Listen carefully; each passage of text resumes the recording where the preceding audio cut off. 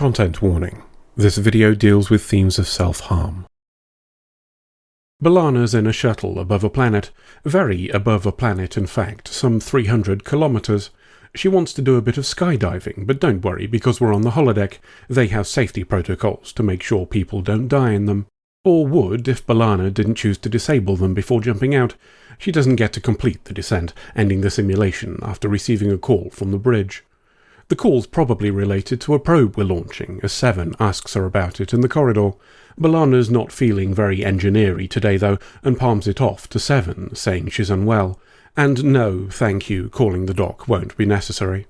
That all seems perfectly above board and not a cause for concern, so let's go take a look at this probe. Oh, some bugger's nicking it, and that someone is in a ship that looks a lot like the one we kaboomed a couple of episodes back. Attempts to call and tell them to knock that shit off fail, as they're not picking up. It's going to be a couple of hours before we can reach it, but Tuvok thinks we might be able to block it from here by telling the probe to do a science. It works, but we've pissed off the burglar and they're giving chase. Legging it isn't an option, so Janeway wants to hide the probe in a gas giant it's near. Normally that would crush it, however this probe's been given Borg shields, so we should be okay. The attempted thief tries to follow, an attempt that ends badly for them. Given that that's the second ship we've been involved in the destruction of, I suspect there's a fair chance the species to which it belongs, the Malon, will not be particularly friendly towards us. The probe survived, but got itself trapped in the gas giant. It's not responding to commands, and we can't teleport it out. At least B'Elanna says it can't be with muted responses after turning up late to the meeting. Paris thinks this is the time to unveil his pet project, a new type of shuttlecraft. He calls it the Delta Flyer, and it's all fancy and shit, not least of which because it'll have Borg shields and guns. Everybody swiftly gets on board with the idea, though the response from B'Elanna is a simple half-smile. Everybody leaves to start working on it, with Janeway giving B'Elanna a look of concern as she's the last out of the door. To the holodeck, where we can start dicking around with simulations of the new ship. Scuffles about the aesthetics give way to more basic considerations, and Seven calls B'Elanna's suggestion for the hull material bullshit. As an aside, this look right here that Garrett Wang gives at the expectation of an argument is perfectly played, and we give him some points. He need not have been worried. B'Elanna agrees without complaint and leaves to work on another component. Surely even Paris must be able to see that something is wrong by now. Later on in his quarters, Paris is looking over specifications. Well, probably. We're not actually told, so he might be writing Captain Proton erotic fanfic. B'Elanna calls by to drop off details on her work for the Delta Flyer and declines Paris's invitation to stay for dinner. As that didn't work, he simply asks her what's wrong, why she's been unresponsive lately. She stonewalls him, probably not helped by him making it sound like he's more upset about the project than her behaviour. An attempt to recover with compassion is rebuffed, and she leaves. Rather than going to her quarters, as she'd said, she stops by the holodeck. We disable the safeties again and enter, but we're not skydiving this time.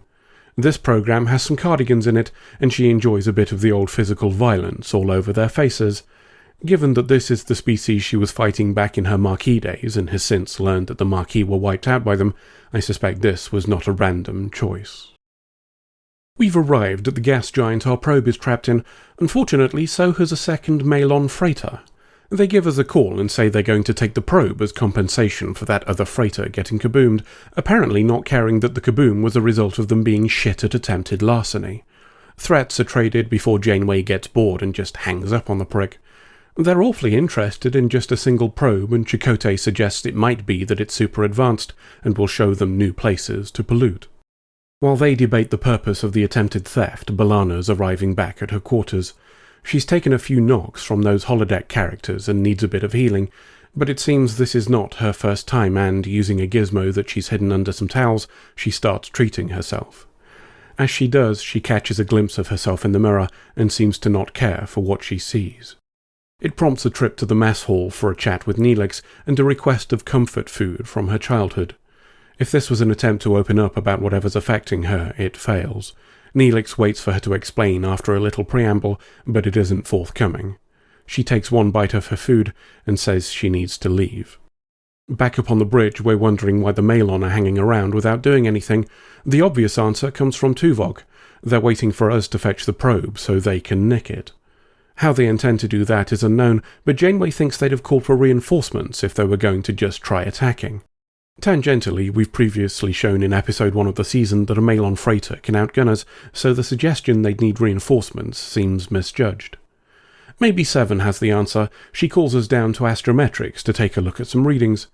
She's been a little bit spying on them, which is probably naughty, but she's not Starfleet, so we let it go. It looks like the Malon are building a ship of their own, one that can survive the unpleasantness of the gas giant. They're going to grab the probe for themselves, and Seven estimates their ship will be finished before ours. Of course, now that makes it a competition, and if there's a competition, then Janeway plans to win it.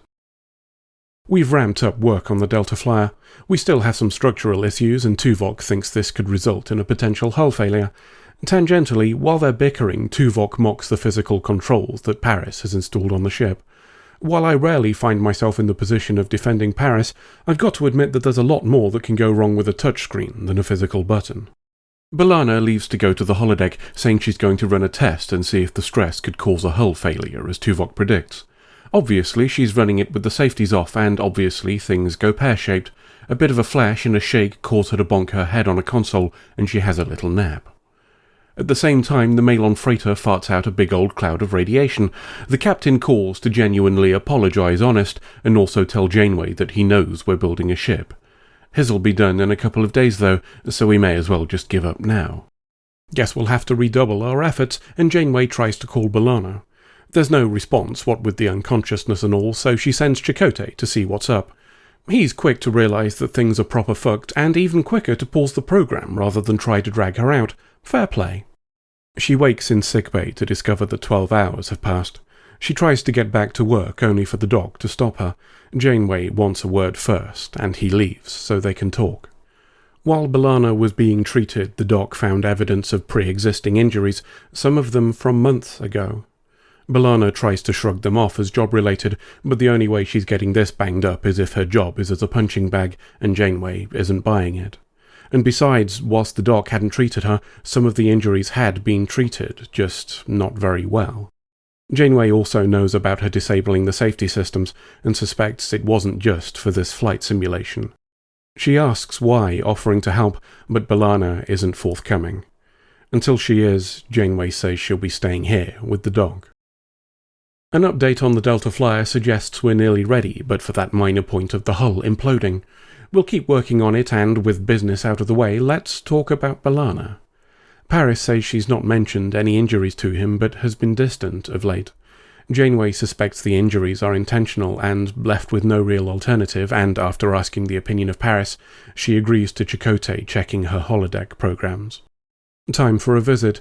Chakotay lets himself in after B'Elanna tells whoever's ringing the doorbell to bugger off. She says she thought it was the doctor, before launching into an act about how all of this is ridiculous and Janeway is overreacting. There's one way to prove that, of course. Let's go to the holodeck and see some of those programs B'Elanna has been running without the safeties engaged. We go to the holodeck and B'Elanna reaches for the console outside it, only for Chakotay to stop her and activate a program himself. He has a particular simulation in mind, and one she's not best pleased that he's aware of. Dragging her into what sounds like a firefight, we find a cave filled with corpses.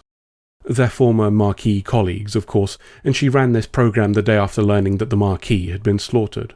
It's also when she started using the other programs without safeties. Chakotay locks her in, refusing to open the door until she explains, so she does. She's been unable or unwilling to process the loss, and it was affecting her ability to process any emotion at all. After so many losses in her life, her brain has decided to stop making connections so that she can't feel it when they're broken. That's why she was injuring herself, not an attempt to die, but a desire to feel something, even if it was only pain. Chakotay tries to reassure her that this won't happen again with the people on Voyager, but that's a promise he can't make. Instead, he offers the only thing he can, that will help her to work through this together. That will have to wait though. The Malon have started attacking us and Chakotay is called to the bridge. He leaves, but not until B'Elanna tells him to. Up on the bridge we discover the reason for the attack is distraction. They didn't want us getting in the way of the new ship they've just launched. So much for winning the race. We may be second off the starting blocks, but Janeway still thinks we can win. All we have to do is launch right now. Paris and Kim ask for another body and Chakotay is sent to join them. On the way, he's stopped by B'Elanna, who wants to take his place. not for reasons of self-sacrifice, but perhaps as an attempt at redemption. She's still the best engineer after all, and they're probably going to get a bit dinged up. Chakotay relents and hands her the toolbox he's carrying, which seems like an odd thing to not keep in the shuttle bay when you've been building a new ship, but let's ignore that for now. She arrives at the Delta Flyer and is welcomed by everybody except Ensign Conspicuous, who she tells to fuck off out of the shuttle. Oh, and Seven's here too, by the way. We launch and catch up with the Malon ship, which seems to have been given some of those shells the freighter was firing. Despite a few sparks, we respond with shiny green balls, and the other ship decides maybe they don't want the probe after all, before legging it. We manage to teleport the probe into the Delta Flyer's cargo bay, raising a few questions on the scale of the ship and the probe. We might be the only people left in the race, but that doesn't necessarily mean we'll finish. A deforming wall is fixed with hasty patching, and B'Elanna cobbles together a science thing from random parts. The science thing turns out to be a portable force field, and she fires it at the patched wall just before it becomes an unpatched wall. It holds long enough for the Delta Flyer to get back to Voyager, which is no longer being pooped at by the Malon freighter.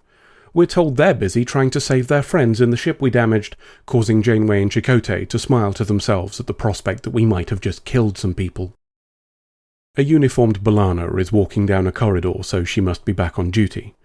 Chakotay catches up with her and, after some compliments for a job well done, asks how she is now. Not fixed is the obvious answer, but he says time will help with that.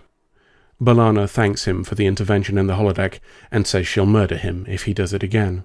Chakotay smiles at the death threat, taking it to be an indicator that she's healing.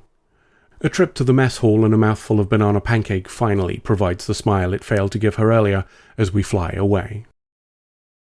Well, Season 5 just keeps on delivering, doesn't it? I've asked for backstory and addressing the psychological impact of events, and we get that here. B'Elanna's past, specifically the abandonment issues she carries, is something the show has mentioned previously. She's touched on the departure of her father several times, suggesting it's the most formative experience of her life and the likely cause of those barriers to attachment she finally allowed herself to drop for Paris. That she chose the most shady git on Voyager for this could probably be the topic of its own video. The standard Voyager complaint of plot lines not getting enough of a build-up applies again here, though lessened somewhat by random chance as we can make up our own with a little thought. Roxanne Dawson being on maternity leave for a few episodes near the end of Season 4 has the unintended consequence of tying in nicely to this story. Her absence can now be explained as avoidance, a symptom of the distancing we saw here. It's unintentional, of course, but it still fits together neatly. We could do the same with Vis-a-Vis, the episode where Paris was spending more time on the holodeck instead of with her. Was this the result of her distancing, or possibly a contributing factor to it, another indicator for her that she was being abandoned? Again, it's unintentional, and again, it still fits together neatly. We'd compliment the show if it was deliberate, so they should get some points for it anyway. While we're giving out points, Roxanne Dawson herself should get some. The despondency and the attempts at misdirection with Janeway and Chakotay are believably played. There are a couple of other points in the episode worthy of note. Firstly was B'Elanna's decision to chat with Neelix. Is this part of what we've seen with him more recently, a possible pivot to emotional support beyond that of a mere morale officer? He was the chatter of choice for Chakotay in Unforgettable too. Are we making him Voyager's mix of Deanna Troi and Guinan? Secondly was Janeway choosing to also involve Paris in the decision to check B'Elanna's holodeck activity. She didn't need anybody's permission, and he has no authority on the matter anyway, but including him reframes the whole interaction. It changes the scene from something that could look like a disciplinary procedure to an intervention involving somebody who'll advocate for her. This addition helps to remind us that Starfleet is not simply a military organisation, choosing here to collaborate on a solution rather than simply investigating an infraction. It's a good example of how a small thing can have larger implications. And that concept of something small having larger implications brings us to the single negative I want to address before we end. The scene where Chakotay is forcing B'Elanna to confront her trauma is emotionally charged and powerful, right up until the point where he says she only ran the simulation for 47 seconds. My poor opinion of that number being included in scripts as an in-joke is something regular viewers will already know about, and this right here is a perfect example of the reason why. In the summary of the last episode, when I was talking about recognising the guest actor's voice, I said anything that gets in the way of the story is inherently a bad thing. Dropping the silly lol number into the dialogue of what is supposed to be the most important scene of the whole story is pure fucking vandalism. It drags anybody who knows that reference out of the immersion that the rest of the episode has done so much to create. You want to stick that shit on a console, go for it. I'll even play along with the gag, tiresome as I find it. But if you put that in the dialogue, then you're placing it front and centre, and in doing so, you're actively blocking what's behind it. In an episode dealing with something as important as mental health and self-harm, that's unforgivable. End of episode.